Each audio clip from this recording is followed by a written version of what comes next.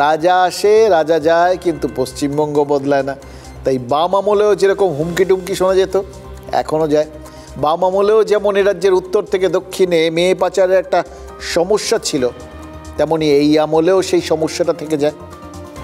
এক সপ্তাহের মধ্যে শিলিগুড়ির থেকে 90টা মেয়ে উদ্ধার হয়েছে। পুলিশ কি সন্দেহ করছে? এদের সবাই পাচার হয়ে যাচ্ছিলেন।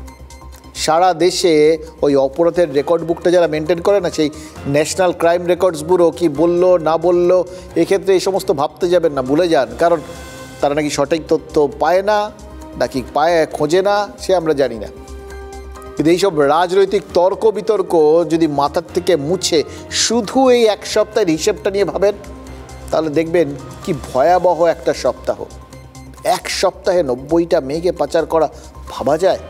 ট্রেনে করে বিহারে নিয়ে যাওয়া হচ্ছিল 56 জনকে, আর তারা ধরা পড়ে যাওয়ার পর অকুত ভয় হয়ে বাসে করে রাঁচি নিয়ে যাওয়া হচ্ছিল 34 জনকে। কি করে এতগুলো মেয়ে পাচারকারীদের পাল্লায় পড়লো?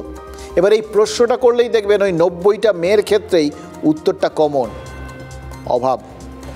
অভাবের সংসারের হাল ফেরাবে বলেই এরা ভালো আর মন্দ এই দ্বন্দ্বটাই গুলিয়ে ফেলেছিল।